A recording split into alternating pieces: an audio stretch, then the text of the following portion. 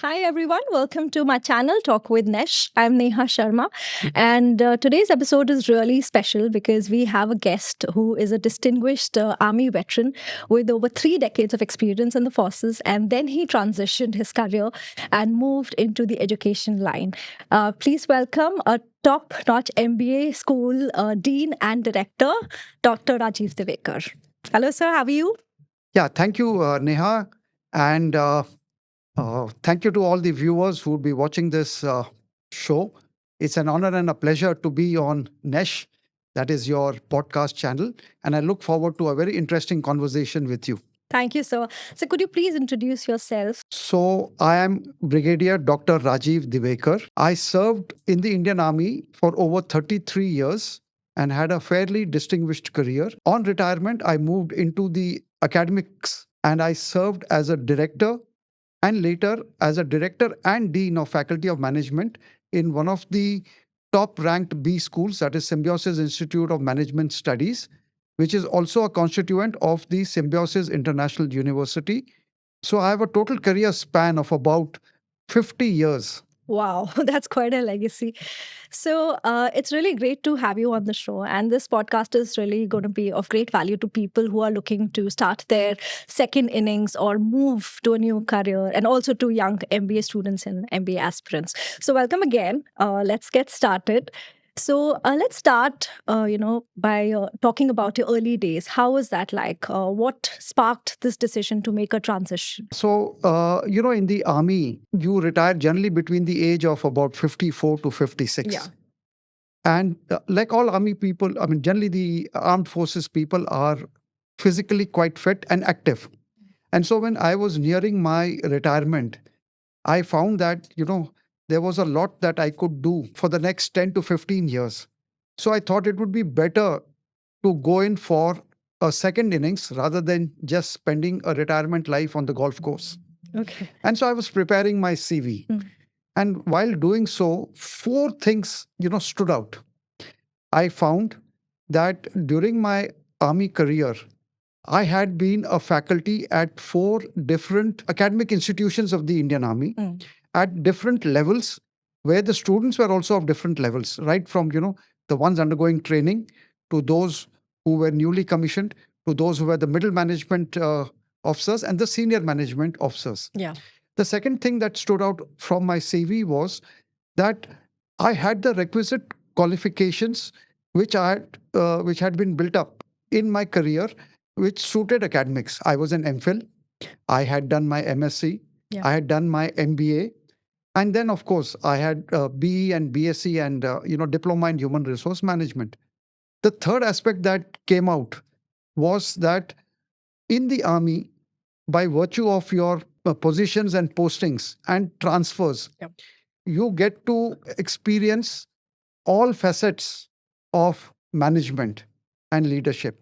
And so I found that I had worked in operations and supply chain management, in strategic management, in leadership roles, in human resource roles, and many other roles. Wow. And so not only did I have experience in these, but I also found that I was, good in administration, because that is also what the army makes you do. And the fourth thing that I found was that while I was in these academic institutions, I found that I could relate to the students could relate to me. And, it was fun being a faculty. And it was something that I enjoyed. And facing the students and imparting knowledge to them gave me energy. And so these were aspects that stood out in my CV. And I said, rather than looking for a career in the industry, might as well go towards the academics. Now, fortunately, because of the qualifications that I had, which was MBA and MPhil, I was picked up by Symbiosis International University to head one of their top institutions, that is, the Symbiosis Institute of Management Studies, as the director. And subsequently, based on my performance, I was also made the Dean of Faculty of Management. Wow, that's quite a transition, moving careers. So for our viewers, people who want to make a similar career move, say, for example, people who are in the defense forces or in the corporate sector, they want to get into education line.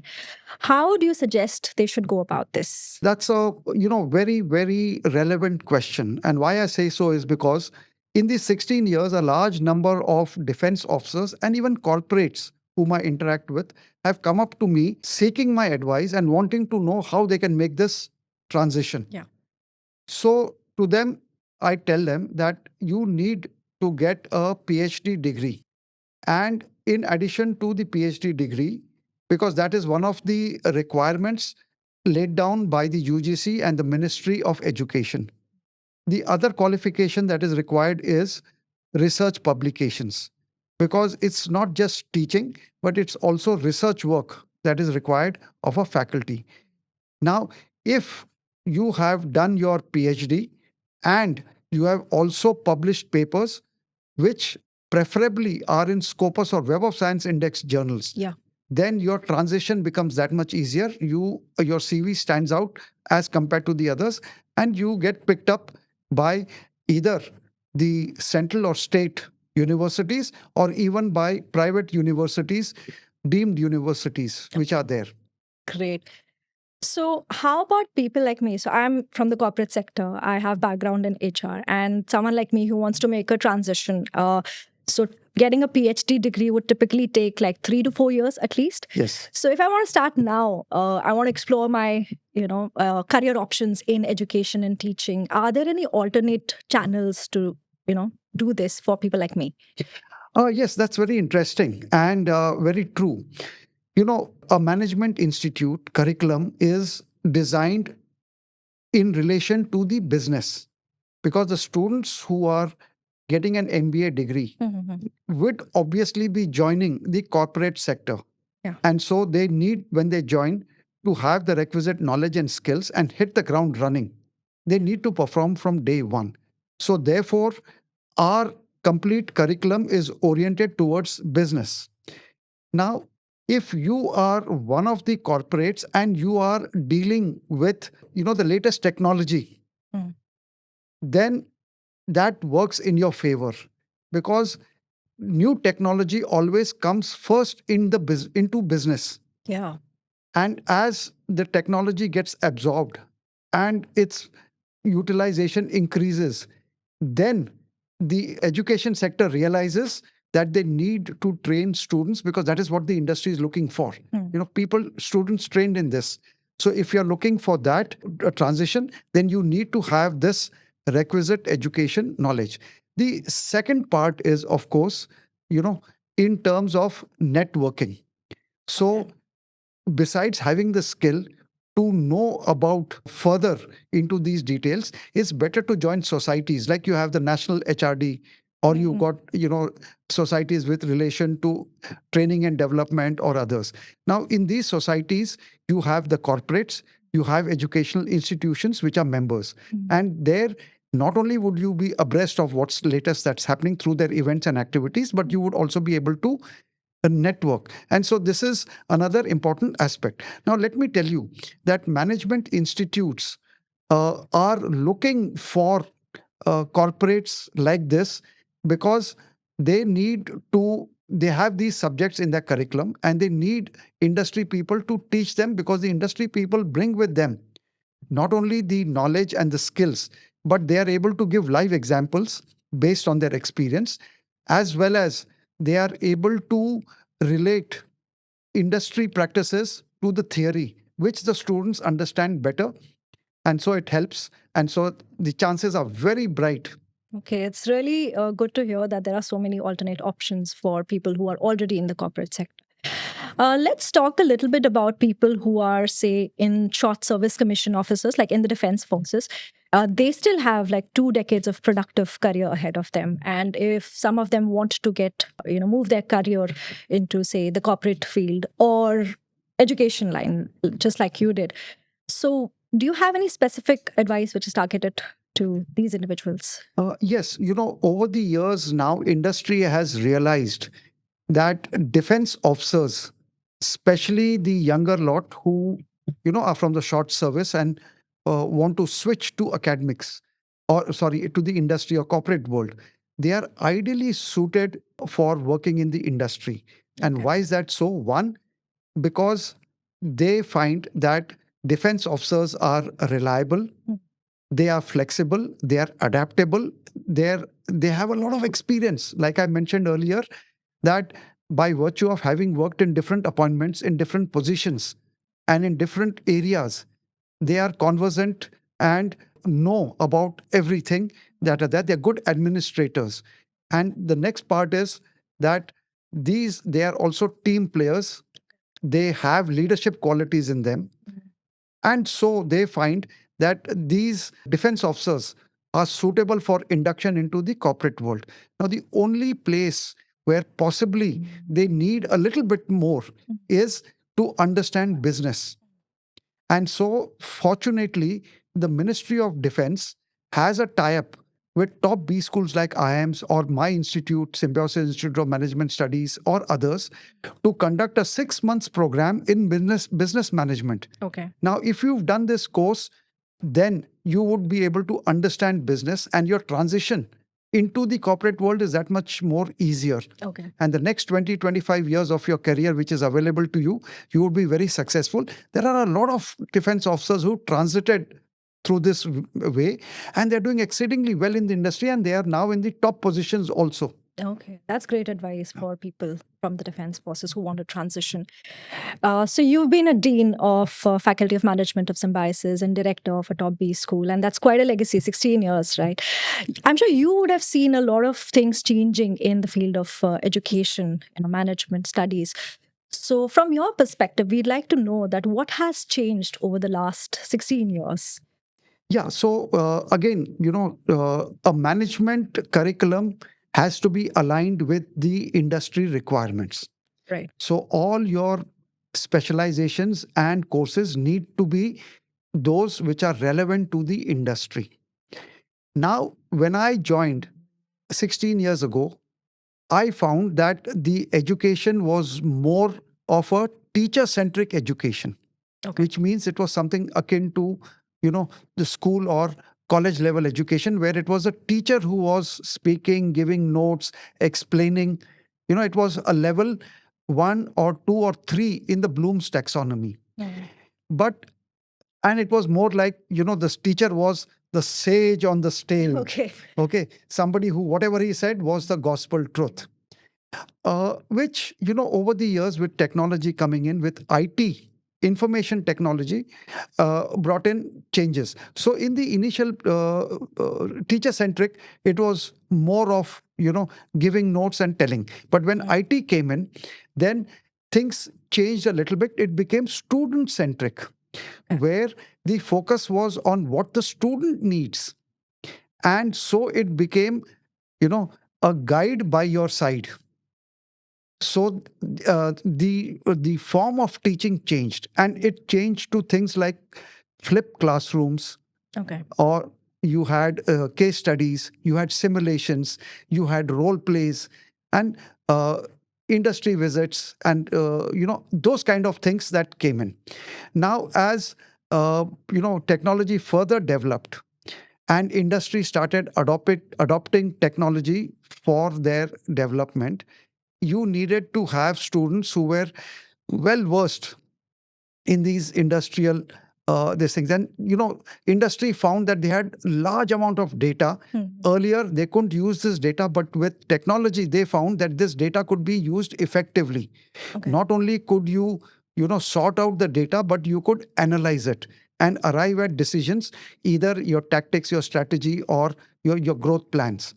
And so students needed to be abreast of this. And so subjects like knowledge management, business analytics, business intelligence, advanced Excel, and creative thinking, design thinking, these subjects came in, data driven decision making came in, which would help the students. And now we find that with artificial intelligence or technology being where it is, robotics, these things coming in, it has further evolved. Okay. And now we've got new specializations also related to this, which is like data analytics for business management, and subjects like artificial intelligence, machine learning, deep learning, these kind of subjects which have come in.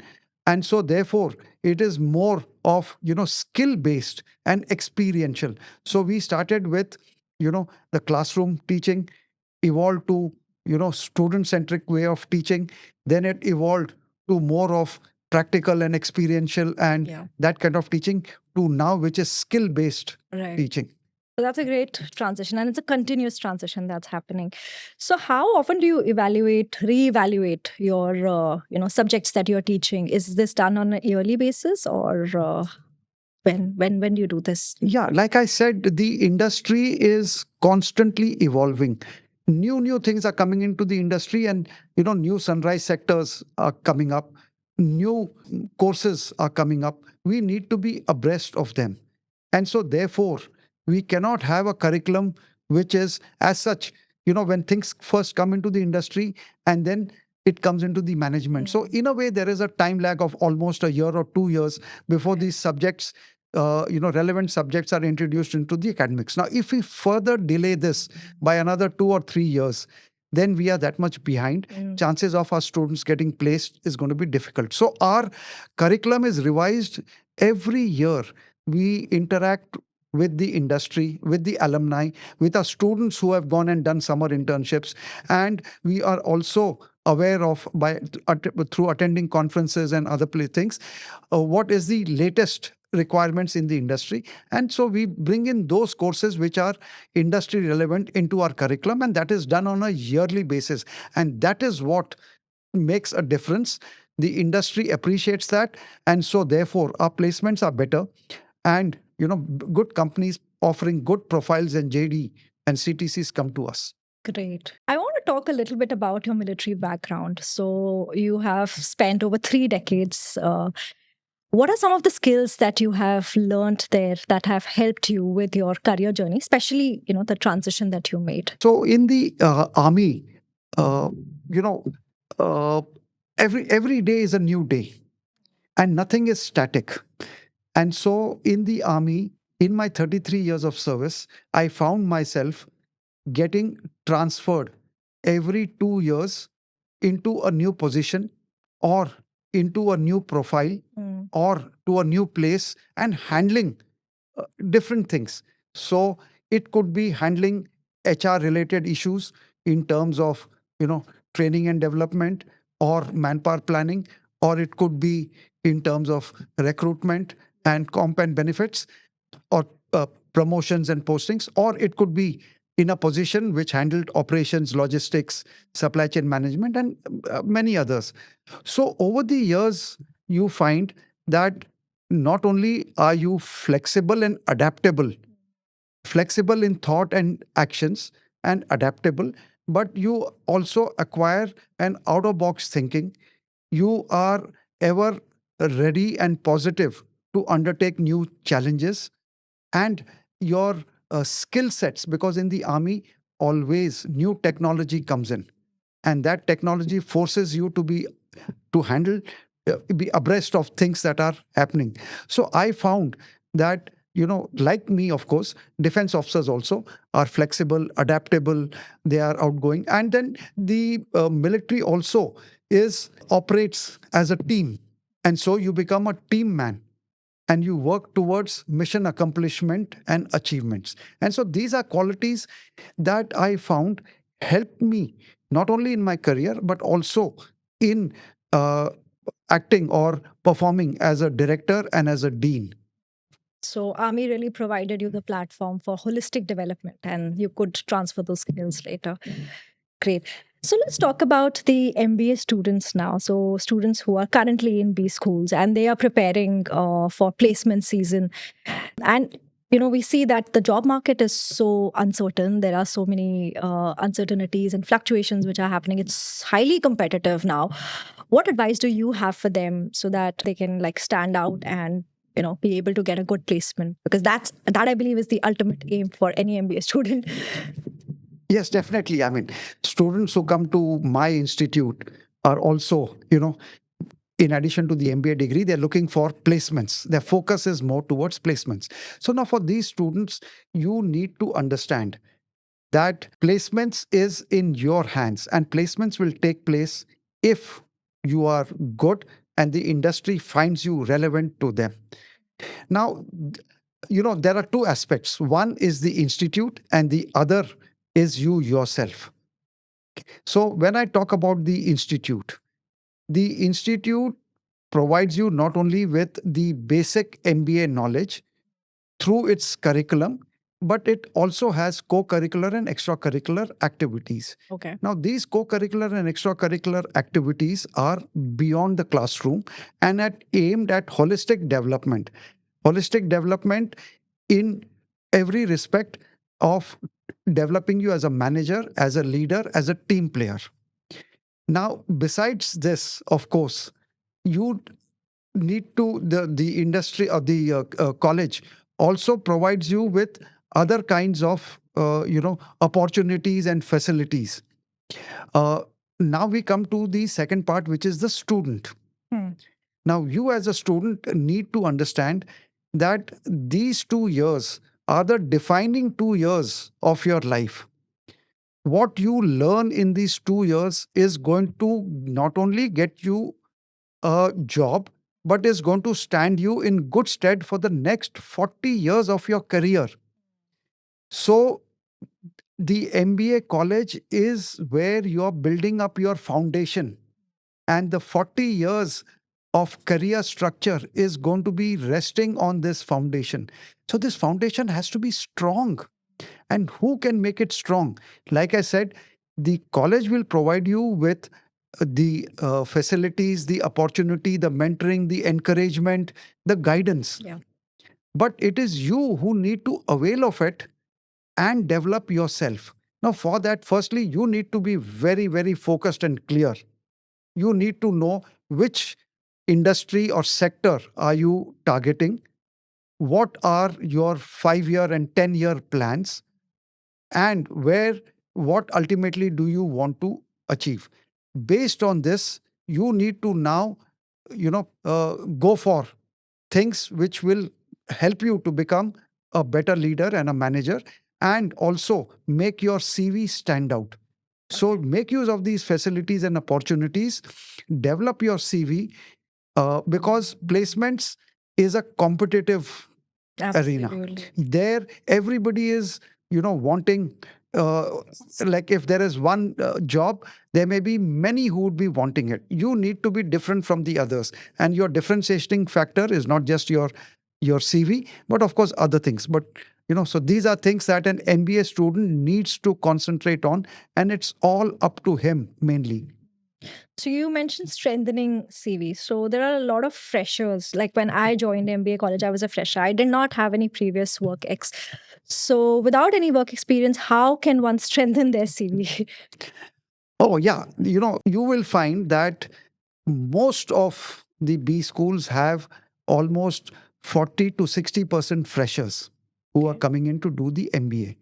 And obviously, they come straight from graduation. So their CV is, other than 10th, 12th marks and their, hobbies and these things, there's nothing much that could be talked about. So, this, like I mentioned earlier, is the platform to develop your CV. Mm. And just your curriculum is not going to develop your CV, because that is something that you have done. What can you put on your CV? And what you can put on your CV is, participating in B school competitions, writing research articles, doing a meaningful summer internship program, getting certifications in the sector or the industry that you are targeting to Okay. join, or you do courses relevant to that sector or industry. And so, join a Toastmaster club, or join certain societies, like I mentioned, HRD Society, or Training and Development Society. So these will help you to strengthen your CV and help you differentiate yourself from the others. Great. So when we talk about placements, now that we're already talking about placement season, so what are some of the on-demand skills that recruiters are looking for when they come for campus hiring? Yes. Now, this is an extremely important question, and really makes a difference to the student selection. Though in my interaction with the industry, over these 16 years, while they may not tell you specifically what it is, but it is very clear that there are three things that they are looking for. And those three things are knowledge, skills, and attitude. And so let me take these one by one. When I say knowledge, knowledge again is in three parts. First is the knowledge about business, which is provided to you by the institute through the curriculum, co curricular, or extracurricular activities. Okay, but that is, it depends on how much interest you've taken and how much you have, gone into the depth of it. The second knowledge is about the latest happenings in the industry and that particular sector and in that company. So you need to study the sector, you need to study the company and know about them in detail, and that will really make a difference. And the third is knowledge generally about the environment. When I say environment, it means about the government policies or the latest current affairs, things that are happening, like the Ukraine war. It had an impact on business. So how did it impact business, and specifically in your sector, you need to know. Right. When we come to the second part, which is skills. Now, I've told you that with technology coming in a big way, everything is more and more skill based. And so you need to have the requisite skills, whether it is in advanced Excel, whether it is in data driven decision making, whether it is in econometrics or Python or R programming, you need to be proficient in them. And that proficiency comes in if you repeatedly use these. But just knowing these skills is not good enough, because that can be acquired by anybody without even doing an MBA. Yeah. But utilizing these skills for promotion of business is what I mean is how to be able to carry out analysis, to be able to come out with meaningful decisions. Right. That will help in skill management. Okay. And the third aspect, and which is most critical, because the first two are things which can be learnt at any age, at any stage. But the third, which is attitude, that is something which is intrinsic in you. It cannot be taught. And it is very difficult to change it. And it still remains no matter how much you try to control it. And that attitude, if you are a person who's positive, you will always remain positive no matter what difficulties you encounter. If you are a negative person, you'll always be negative. If you are a person who gets angry, you may be conscious of it, you may try to control it, but it will come out. It's very difficult. So your attitude is very important. And that is what the industry looks at. And like I said, attitude has more weightage than knowledge and skills, because the first two can be taught, but attitude cannot be taught. So these are things that the industry looks for. Very well said. So now I want to talk a little bit about MBA aspirants. So all students who want to pursue MBA, what are some of the parameters that they should look at before they decide their MBA college? Yeah, this is an excellent question. In India, presently, there are 4,000 B schools. Wow, okay. This is much, much more than what actually should be there. Now, you have to be clear. Anybody aspiring to do an MBA has to be clear that are you doing an MBA, which will help you and serve you for the next 40 years of your career to be successful and to reach a particular level? Or is it just that you want to do an MBA to get a job? Because doing an MBA is not an assurance that you will get a job. It just gets you a degree. Yeah. Now, therefore, like I've said before, you need to join a good MBA institute where the program and the curriculum is not only strong, sound, and good, but also it has co-curricular and extracurricular activities. Because this is where other facets of business in terms of leadership, management, administration, teamwork, time management come in. And so therefore, it is better to go in for a college which has these things in them. Go to their website, study it. Now I find a lot of students take a very I would not say hasty, but a decision which is something which they have not well thought of, and that decision is that the fees are less, or it is close to my home, or it is in my hometown, I can stay at home, or my friend is there in that same institute, so it will help me. How can you compromise on your future, and future which is career oriented? Yeah. Your 40 years of your career, do you want to just give it away because your friend is in some college and you want to be with him, or because the fees are less? So make sure that it is better to spend some more, but go to a college which offers you a platform which you can develop on and work for the next 40 years of your career. And that is most important, that I feel. Wow, I think that's really great advice, and it'll help a lot of people who want to make an informed decision. So, you have led both students and soldiers. What is that one philosophy or mantra that you really live by and that has really kind of helped you throughout your journey till date? Yeah, so it's not one philosophy that I've followed in life, Yeah. but a number of them, and I find that they have helped me. And the first one, is your destiny is in your hands. You know, you need to be working towards your destiny. You can't expect somebody else to work for you or always help you. Yeah. If you work towards your destiny, you will get your destiny. Sometimes you may get it easily, sometimes it may take time, but you will ultimately get what you are wanting. And related to this, of course, is hard work always pays. Okay. If you work hard, that means you're working towards your destiny. That hard work will pay some time or the other. I'll give you an example. I was posted to the army headquarters in Delhi, which was a 3-year tenure. Our Saturdays, Sundays used to be off. Otherwise, in the units, you work, Monday to Saturday, and even on Sundays, you go to the unit and do various things. So here, I thought that I should use my time meaningfully, the Saturday, Sunday. I should try and gain extra knowledge, which may help me. Also, something that will make me a better person. And so I joined for an MBA program conducted by Indira Gandhi National Open University. Now, here the contact program used to be on Saturday, Sunday. So while others were having their free time or quality time, Yeah. I was attending these, classes for the 3 years.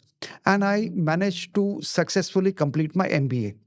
What I learned there, and it was more related to human resource management as a specialization, was something that helped me in my career, made me a better leader, made me a better manager, and of course, helped me in progressing my career. It was with that sole intention that I had done the MBA. Beyond that, I didn't want anything more and I didn't think about it. But when my time came for retirement, and as I said earlier, when I prepared my CV and I presented it, when the recruiters, that is Symbiosis International University, saw that I had done an MBA, and they said, "Oh, then why don't you join as a director of a management institute that we have?" Yeah. So, something that I did for my own development without any intention of moving into the academic sector came in handy at a later date. So, hard work will always pay, sometimes immediately, sometimes later. There are two other things. One is that you lose somewhere to gain somewhere. We have this thing that, I worked hard and so I must win. Yeah. But then so has the other person worked hard. Yeah. And there can be only someone who will be number one. You will be number two. Doesn't matter. You've lost out somewhere today. You will win somewhere. And even if you've lost out, you gained the experience, you gained the knowledge, you have learned the ability to accept, that defeat, which will stand you in good stead later in life. And then the other thing that I sort of always looked at. You see, there are those who, when confronted with something, says, "I can't." They are, they will remain wherever they are. But there are people who are growth oriented, who, when given something, says, "Why not? I will learn and do it." I've had that philosophy. I say that if he or she can do it, why can't I do it? what is so difficult? Yes, I may not be able to do as well as what she or he does, but I will be able to do as well. Only it may take me some more time. And that reflects on your attitude. That gets noticed by your superiors, by your uh, competitors or others. And that is what differentiates you. And it always, you will find that you will go up in life because your attitude is positive, growth oriented. So these were, a few of the things that I always followed, and I felt that because of them, I've done well in my army of a career of over 33 years, and in Symbiosis as a director and dean for 16 years. Wow, that's really inspiring. So finally, I want to talk about last two things that you'd like to teach your students, or a message that you'd like to give to all the young students out there. Yeah, so one of the things that I observed both in the army and in as a dean or a director is that we tend to live in our comfort zone. Yeah. We don't want to venture out. Now, when everything is changing every day, technology is changing, new things are happening, government policies are changing, uh, whatever, it obviously should have an impact or an influence on the events and activities that we do. But when somebody is given something and you ask them, how are you going to do about it? They tell you, this is the way. And you say, why this way? Can it be done a little better? Or can you incorporate this? They say, no, ऐसे ही होता है, ऐसे ही होता है. ऐसे ही करते आ रहे हैं, इतने सालों से कर रहे हैं. Yeah. If you don't change, if you don't bring in changes, and I'm not talking about totally discard it or bring in a total change, you could bring in incremental changes. How will growth or development or betterment take place? And so wherever I have gone, I have tried to, bring in a bit of a change. And I tell people, and, especially those who are into the routine work, they will, it's like the accounts guys. They will keep punching in figures, but when you ask them anything, they will have nothing to comment. You are punching in figures. I'm sure you would be using your mind to say, how can the system be improved? Yeah. Or what, problems take place, what mistakes occur, so that we can bring in technology to avoid that. So I say, never go for status quo. Always say, I need to change. The second thing, of course, is related to this, and which I have followed, is leave a place better than you when you came there. Because again, if you're just going to flow with the current, do nothing, then what is there to talk about? Yeah. Have you achieved something? Yeah. Will you feel a sense of satisfaction and achievement? You need to do something more. And so leave a place better than what you found it. Where these were the two things that I've always followed. Wow, great. And I believe that's what has helped you have such an illustrious career and leave a legacy behind. Thank you so much, Brigadier Dr. Rajiv Divekar. It's been incredibly inspiring and insightful conversation that we've had. Thank you so much. Please like, share, subscribe, and share this with someone who needs to hear this. Thank you so much. I always believe that we don't really need to look far, because there are so many incredibly inspiring stories all around us. Because as I say, don't forget that no one else sees the world the way you do. So no one else has stories to share that you have. Thank you.